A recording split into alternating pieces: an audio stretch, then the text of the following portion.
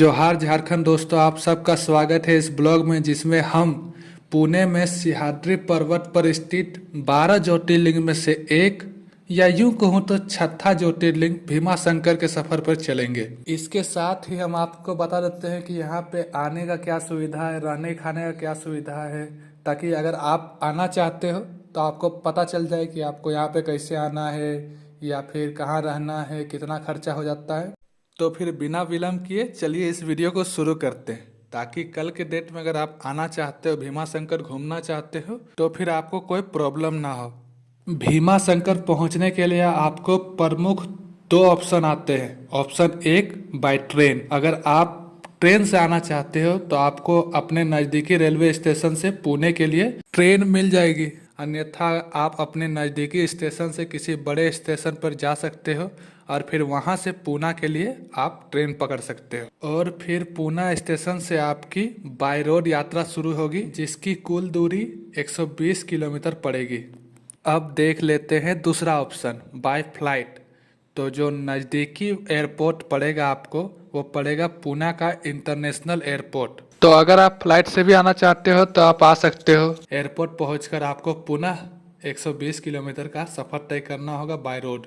तो अब बात करते हैं कि आपको पूना से जो 120 किलोमीटर की जो दूरी है भीमाशंकर की, उसे कैसे तय करना है। जिसके लिए सबसे पहले आपको new Shivaji Nagar bus stand पे जाना होगा, जहां पहुंचकर आपको भीमाशंकर के लिए डायरेक्ट बस मिल जाएगी, जो आपको 3-4 घंटे में भीमाशंकर पहुंचा देगी।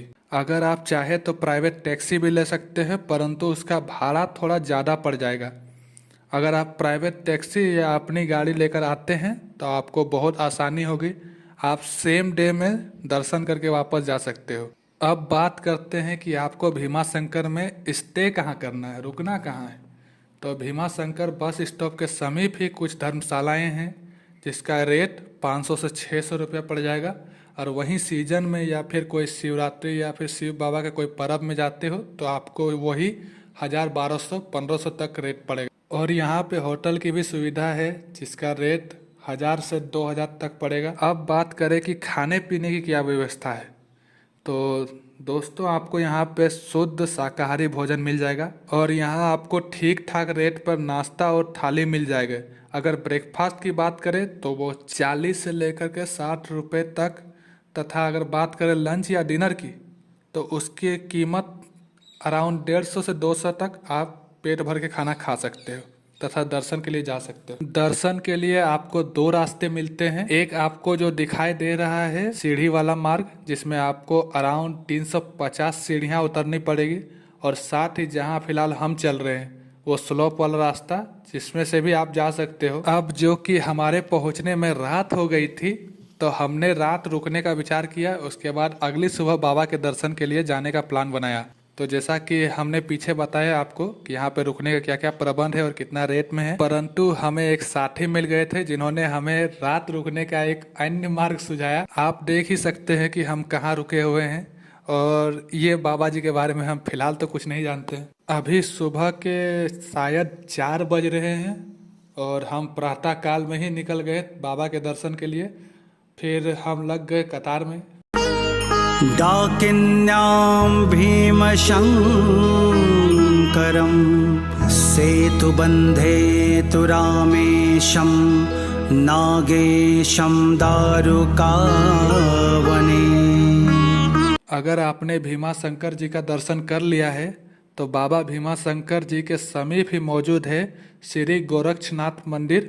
आप अवश्य इनका भी दर्शन जरूर कर ले। साथ ही इस मार्केट में आपको हर जगह मेवे से बने हुए प्रसाद नजर आएंगे, आप चाहें तो इसे भी ले सकते हैं। अब चलिए आपको दिखा देते हैं भीमा नदी का उद्गम स्थल, जहां से उद्गम के पश्चात दक्षिण पश्चिम दिशा में जाकर ये कृष्णा नदी से मिलती है।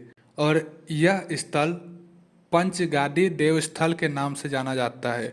यहाँ पर ब्रह्मा, विष्णु, महेश, सूर्य तथा चंद्र आदि विद्यमान है। सामने भीमाशंकर जी का मंदिर है और मंदिर के पीछे के साइड आपको यह ब्रिज मिल जाएगा। आपको इस ब्रिज से नहीं जाना है, बल्कि ब्रिज के बाजू में आपको एक रास्ता बना है, आप देख सकते हो। तो यहाँ से आप गुप्त भीमाशंकर जा सकते हो। गुप्त भीमाशंकर के लिए आपको ऐसे जंगलों के बीच से जाना पड़ता है, जिसकी कुल यात्रा आपको 2 से 2.5 किलोमीटर पड़ेगी। साथ ही जब आप जंगल से गुजर रहे होंगे तो आपको विभिन्न प्रकार के चिड़ियों की आवाज़ तथा अन्य प्रकार के फूल तथा पौधे दिखाई देंगे। और हाँ, अगर आप लकी हुए तो आपको विभिन्न प्रकार के जानवर या चिड़िया दिखाई दे सकती है।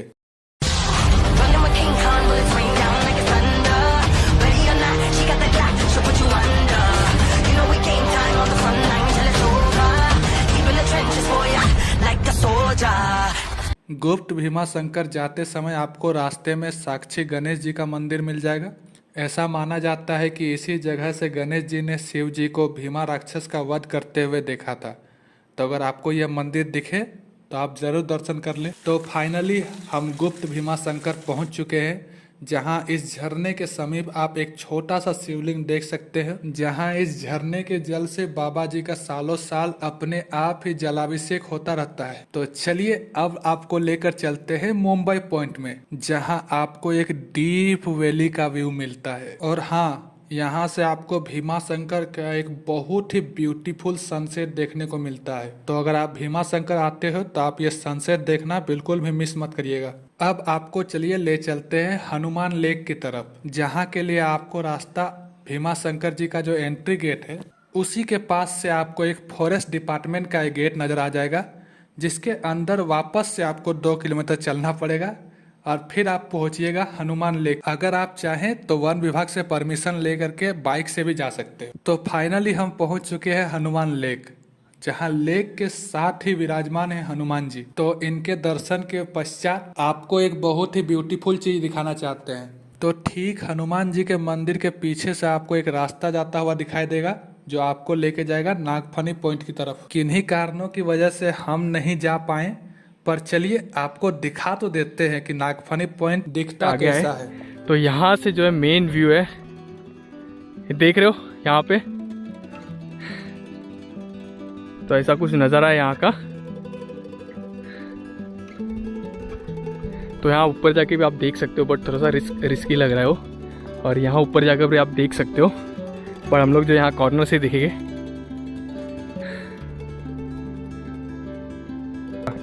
तो इसको जो है नागफनी इसके लिए कहा जाता है। तो नीचे जो ये वाला शेप देख रहे हो, ये बड़ा सा शेप है, जो नाग का जो फन रहता है वो शेप का है। तो ये सब कर्व बनता है यहाँ से। ये जो टॉप पॉइंट है नाग का, जो उसका फन होता है। और ये जो हम लोग खड़े नाग फन के ऊपर ही खड़े, तो वहाँ ऊपर जाओगे आप, तो वहाँ से आप देखोगे सामने का नज़ारा। तो जो नज़ारा है पूरा नाग का जो फन होता है ये शेप का, तो वो शेप का आपको देखने मिलेगा।